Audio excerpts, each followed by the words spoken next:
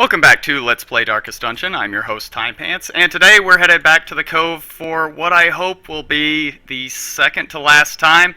We just need to get the Cove up to level 7, at which point we will be able to fight the final boss, and see the final piece of new content. So, let's get started. I'm hoping this will be a quick one, and you know, it's anybody's guess whether it will be or not, but yeah, I'm open. I'm open. So, let's see here. Yeah, I just got back from my trip to Oregon for that job interview. Like I said, didn't get it. Yeah, those are the breaks, you know. But I have to say, like, so yeah, I live in Kansas, and it is what it is. You know, it's flat, and it's basically a hope vacuum, and yeah, that's pretty much it. So yeah, this is my that was my first visit to Oregon. I just have to say, any Oregonians who might be tuning in, your state is beautiful. It is gorgeous, just devastatingly beautiful, really, truly. Like, I'm not doing a thing or having fun at your expense. It is gorgeous. And yeah, I'm very happy that I had the opportunity to go. It's just, if you've never been, there's just, yeah, these beautiful mountains, just towering, evergreen, I think fir trees. And yeah, it's just devastatingly beautiful, really. Yeah, just amazing. But I do have to say that I think I appreciate, and I don't want to sound arrogant, but I think I do appreciate the beauty of Oregon perhaps more than Oregonians. And what I mean by that is, you people in Oregon, well, let me just sum it up like this. We're always getting ambushed, man. Let me sum it up like this. Alright, so I landed at the Portland airport, and yeah, landed at the Portland airport, and yikes. Vision. The end approaches. I think we stick with the plan. Yeah, so I landed at the Portland airport. Oh my god. Wow.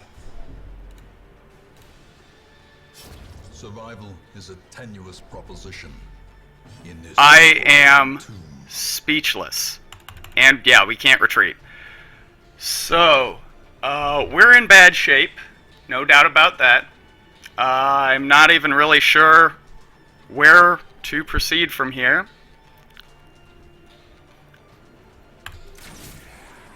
That is terrible. I mean, we probably won't wipe. That would be a probably, yeah, I would say that's probably out of the question. But wow, I'm beside myself. Like, I can't even believe it. That is so bad. Yeah, I don't even know where to begin. That's so terrible. I mean, we have to retreat. Boy, they know just who to go after, don't they? Yeah, I mean, we have to retreat. There's no two ways about it. Their formation is broken. Maintain the offensive. We are in a lot of trouble. I mean, we're obviously, yeah, we're obviously going to retreat. I don't think I made any, like, real mistakes. Things just kind of happened outside of my control. Jeez. Alright, well. Destroy them all. That's it. Alright. Let's retreat. Ugh. That was unfortunate. To be learned. Like, gosh. Okay, wow. I actually thought I put together there a really good team. I fear his long-standing duties here have... Obviously not. Obviously, I was mistaken. We are now drawing perilously low on healers at the high levels. We have we have one, and that dog don't hunt. So, I mean,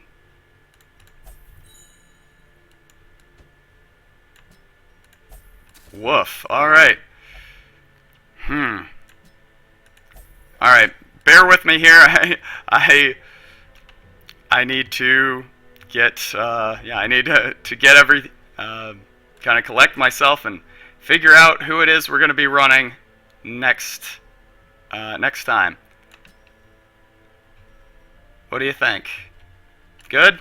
Good. I don't want to mess around too much with sorting items and shuffling things around. So let's just let's try and make this quick. Where's my Eldritch Slayer's ring? There we go. That was disappointing. I'm speechless. But anyway, this will give me ample time to talk about Oregonians. Like I said, I feel like you guys don't really appreciate sort of the beauty that surrounds you quite to the same degree that I do. I know that sounds incredibly conceited. Actually, why don't we try this?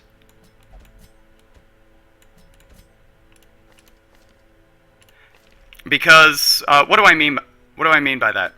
What I mean is, like, all right. So I landed at the Portland airport, and like immediately, I go get my get my rental car and head off. Head off towards my destination, and like, so yeah, I get out on the road, going about, it's a speed limit of 35, and I'm going about, I'm going about 40, same as everybody else. Get out on the state highway, and again, going about, it's a 55 limit, going about 60, same as everybody else.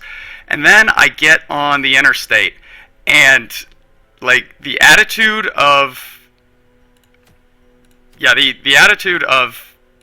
like Oregonian drivers on the interstate is basically like, just step on the gas and don't let up until you see the checkered flag.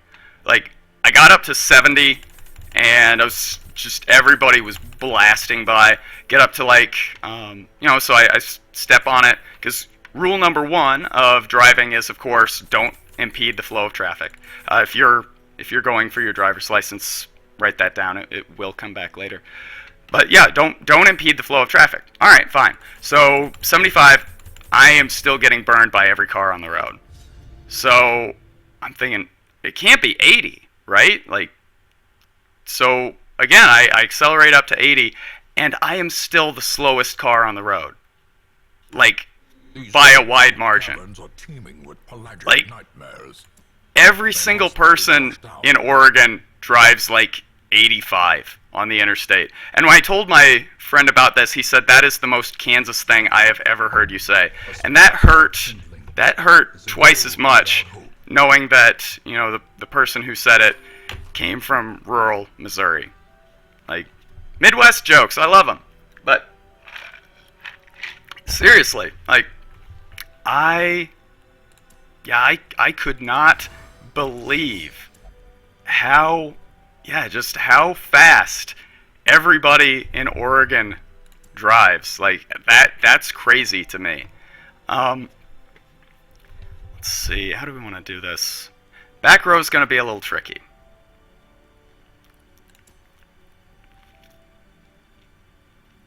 Back row is going to be tricky. But it was nice. It was really nice, you know, beautiful in Oregon. And it was nice to, like, be on a road trip again. Because I haven't done one of those in a long, long time. This is this is a little risky.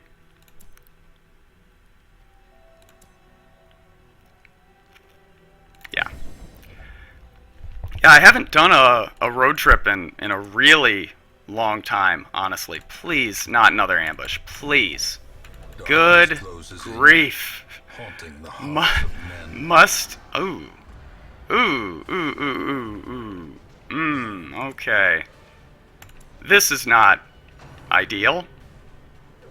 If she gets stunned, this is actually a problem. Okay. Yeah, I haven't been on a road trip in a really long time, and it's certainly not for lack of trying. Like, when I was in Japan, I did have a driver's license, and by the way, that was the hardest thing that I have ever done in my life. Like, no two ways about it. If you want to see just exactly how strict a test can be graded, I invite you to go to Japan and take their driver's test.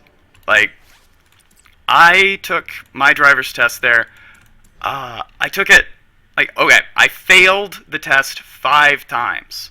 And when I tell people this, you know, they're like, wow, you're really, really bad at driving. Yeah, I never want to be in the car with you behind the wheel. But seriously, it was nightmarishly hard. Like, okay, let me describe to you. Let me describe to you some of the difficulties, some of the adversity that I faced while I was trying to get my driver's license in Japan. Okay, so first off, there's just kind of the practical stuff that, you know, you'd obviously think would be difficult. So, for instance, okay. Okay. So, what do you think? Like, well, you're driving on the opposite side of the road from what you're used to. I don't want to sound arrogant and ethnocentric, but it's true. You're on the opposite side of the road. Do we just blinding gas? And likewise, the car is, likewise the car is switched around from what you're used to.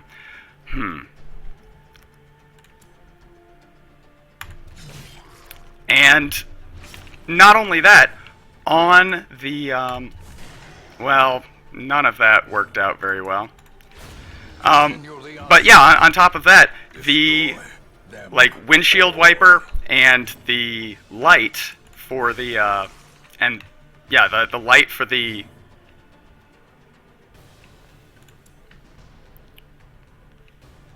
I think we can get away with that.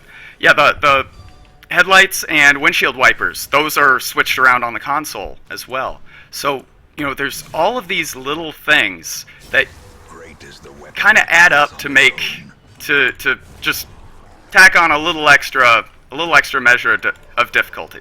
But, alright, fine. Like, I know right now you're thinking, like, that's your excuse? That the windshield wiper and the turn signal were inverted, and so that's too hard for you?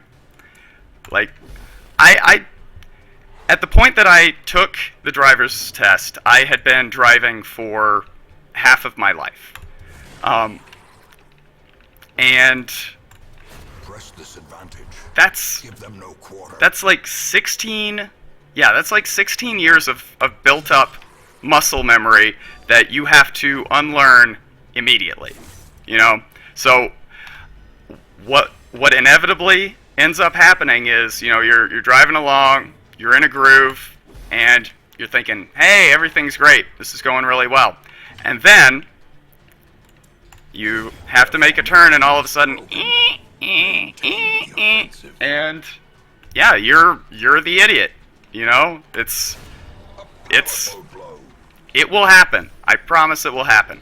But anyway, the test itself is just spectacularly strict. Like, you,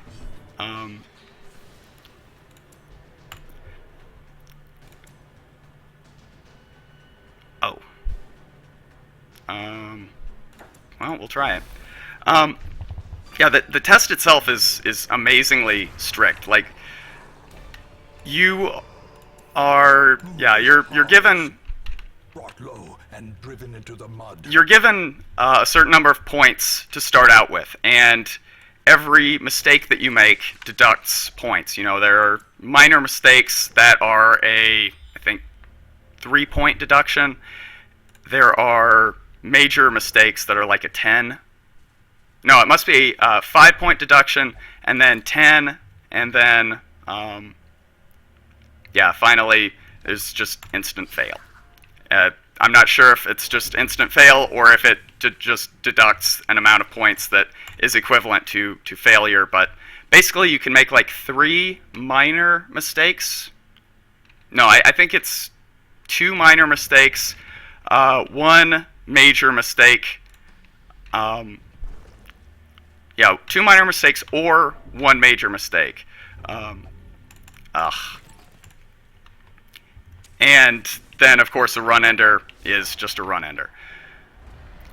Unfortunate. Truly unfortunate.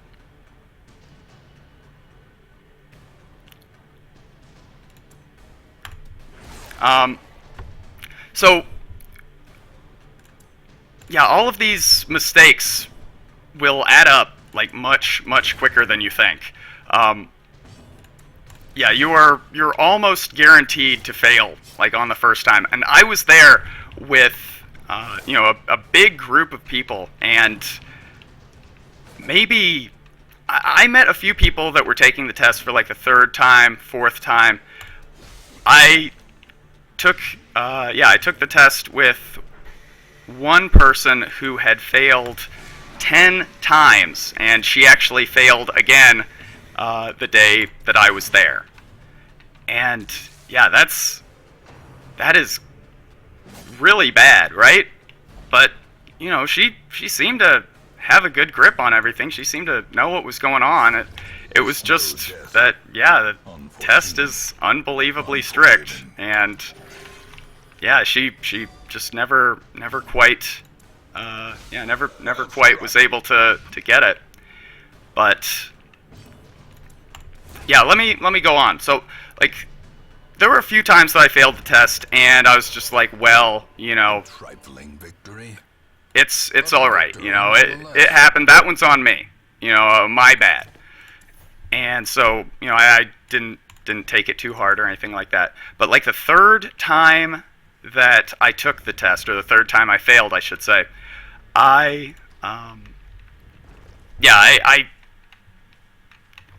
didn't even know what I did at first, because again, it's little things. It's little things that you wouldn't even think about that really create, the difficulty, like that augment the difficulty curve. Watch your step. For instance, in the United States, if you are going to turn, like, let's say you're at an intersection and you want to turn left, then you kind of, in your mind, you sort of imagine you sort of imagine a quarter circle, right? Like kind of a quarter circle, and you just kind of draw that on the pavement, and you follow that quarter circle around to complete your turn. But that's not the case in Japan, and that's why I failed the 3rd time, was because it wasn't that you it's not that you do that. You don't do that perfectly rounded turn, you actually, like, you get up to your, you get up to the point where you're going to turn, and then you do like almost a 90-degree angle. So once you are even with once you're even with the lane that you're going to turn into, or nearly even with the lane that you're going to turn into, that's, you decisive pummeling. you just basically make a right angle turn. And, I read that in the guide, because, I read the instruction manual for preparing for the test several times, just, in anticipation of taking the test. But, come test day, again, those little things that you never really consider are what creep up and cause you to fail. So, that's how I failed the test the third time. And it's just stuff like that. Like, there's one part of the test where you have to do, I don't know if this is English, actually, and it sounds really weird saying that, but I've never had occasion to use this expression, but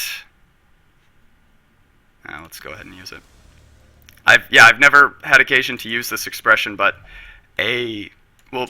alright, you're on a, you are traveling a longer course, and when you're about 2/3 of the way finished with the course,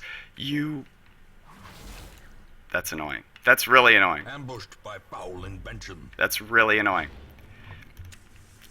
Once you're about 2/3 of the way done with the course, you turn off of the road, because it's basically designed to look like, a regular street, just a regular road. You turn off the road, and you have to do what's called an S-curve.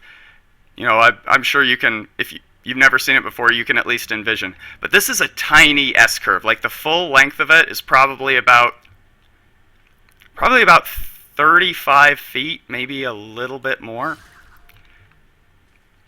And it's very narrow, like one lane, and you probably have about 8 inches of clearance on either side if you're right in the middle. And after that, you do what's called a crank curve, and it's basically you come off the road and then you do one of these, and then you go back on the road. And it's so short. Like, it's incredibly, incredibly narrow.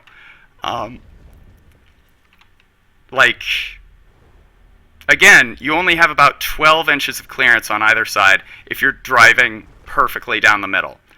And I guess we can go ahead and use this.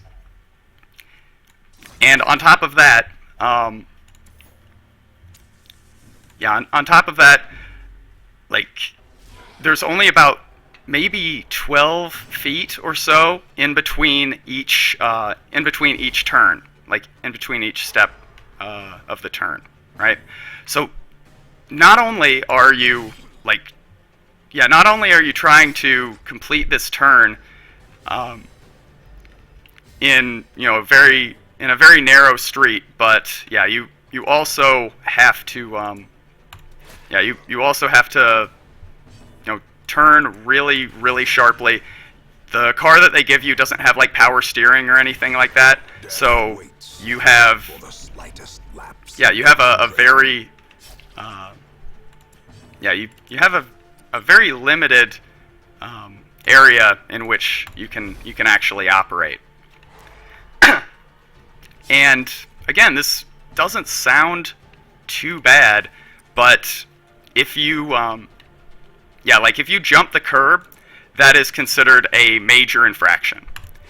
But if you don't back up, like let's say you jump the curb and then you back up, that's a major infraction. So you can have one of those, right, and still pass. But if you have more than one of those, then that's that's a fail.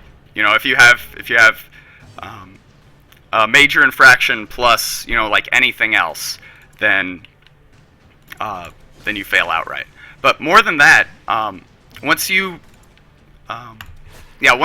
jump the curb, if you don't back out, that's your run ender, right? So Monstrous size has what ended up happening on, I think, the fourth time that I failed the test, I was going really well. You know, I was really, I was really in the zone. You know, I was feeling it, and I was feeling myself. And yeah, I got to this crank turn, and I jumped the curb. Like, I didn't even jump the curb. I scuffed the curb with the edge of my tire. Like, there was no elevation, like the car didn't come up off the road. Like, I just scuffed the curb, just barely glanced it. Maybe less than a second of contact in total. And that was it. That was a fail, because I didn't back up. Like, come on, right? Come on, give me a break. Like, you can't throw me a little bone. So yeah, anyway, that's how I ended up failing that test, and I was pretty salty about that. I'm not gonna lie, I was pretty upset.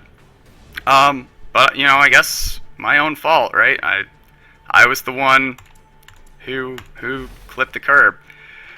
But the last time that I took the test was, the last time when I passed was just the most harrowing event of my life, because like the driver instructor that I had, or the test administrator, was really not a nice dude. Like, I get it, you know, working at the DMV, it's a hard job. People are stressed out and angry at you constantly, and I can see how that would grate on a person and make them, you know, just kind of as a natural defense mechanism against that, it would make them a bit angry or a bit bitter. Like, I can get that, I can understand it, I can appreciate it. But so I did the test, and I did it almost perfectly. I had 2 minor infractions, which was enough to pass. But like, as I was pulling into the final, as I was pulling into the final leg of the course, I pulled up to the end, and so I'm thinking, I did it. I finally did it. Took me 5 tries, well, 6 tries, but I did it. You know, and you can't take that away from me. And so the test administrator, I was in Japan, obviously, he spoke only Japanese, and I arrived at the end of the course, and he just turns to me and he says, "Are you finished?" And what do you say to that, right? Because, I mean, obviously, you know how it is when you're speaking to a child. You often speak with rhetorical questions, or questions where the answer, I guess I should be more specific, questions where the answer is obviously no, right? Like, that's just how it is. Like, Connor, are we supposed to hit our friends? Connor, do you think it's a good idea that we put crayons up our nose? Connor, is it nice to go and look at your friends while they're using the toilet? That's a real one, by the way. That really happened to me. But, you know, is just how people generally speak to kids. And so when he asked me, "Are you done?" obviously my first instinct is to say no, right? But then, if no, what do I need to do, right? And I'm in a situation where I can't afford to get another infraction. Like, I have to finish the test. But how? So, you know, I'm looking around inside the car, and he's starting to get really agitated with me. And I get it. You know, other people waiting to take the test. I understand. I appreciate that. But he's like yelling at me. He's like, "What are you doing? Finish the test. Finish what are you waiting for? Just finish. Finish the test. I will fail you right now. I can fail you. Do you want to fail? Finish the test." And he's yelling at me in Japanese, and my Japanese is all right, but it's not perfect. It's not great.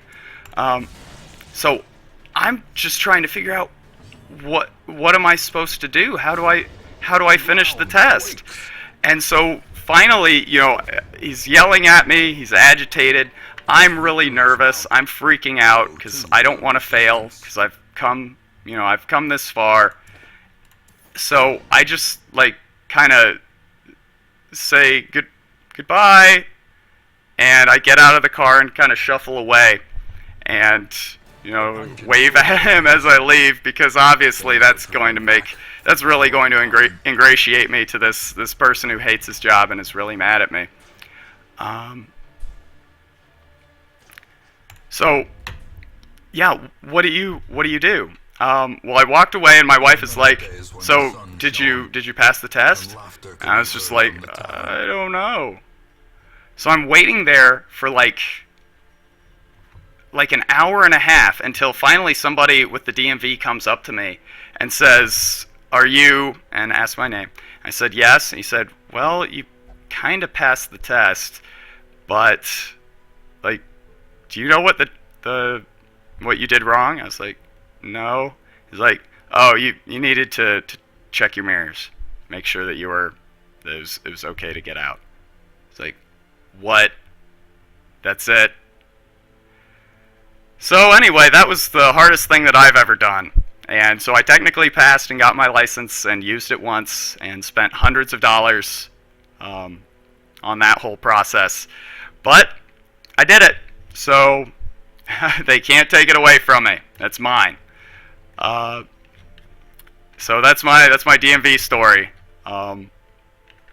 If you ever want a challenge, there you go. Go get your driver's license in Japan. IRL achievement unlocked. All right. Well, thank you very much for watching. I'll see you next time. Bye.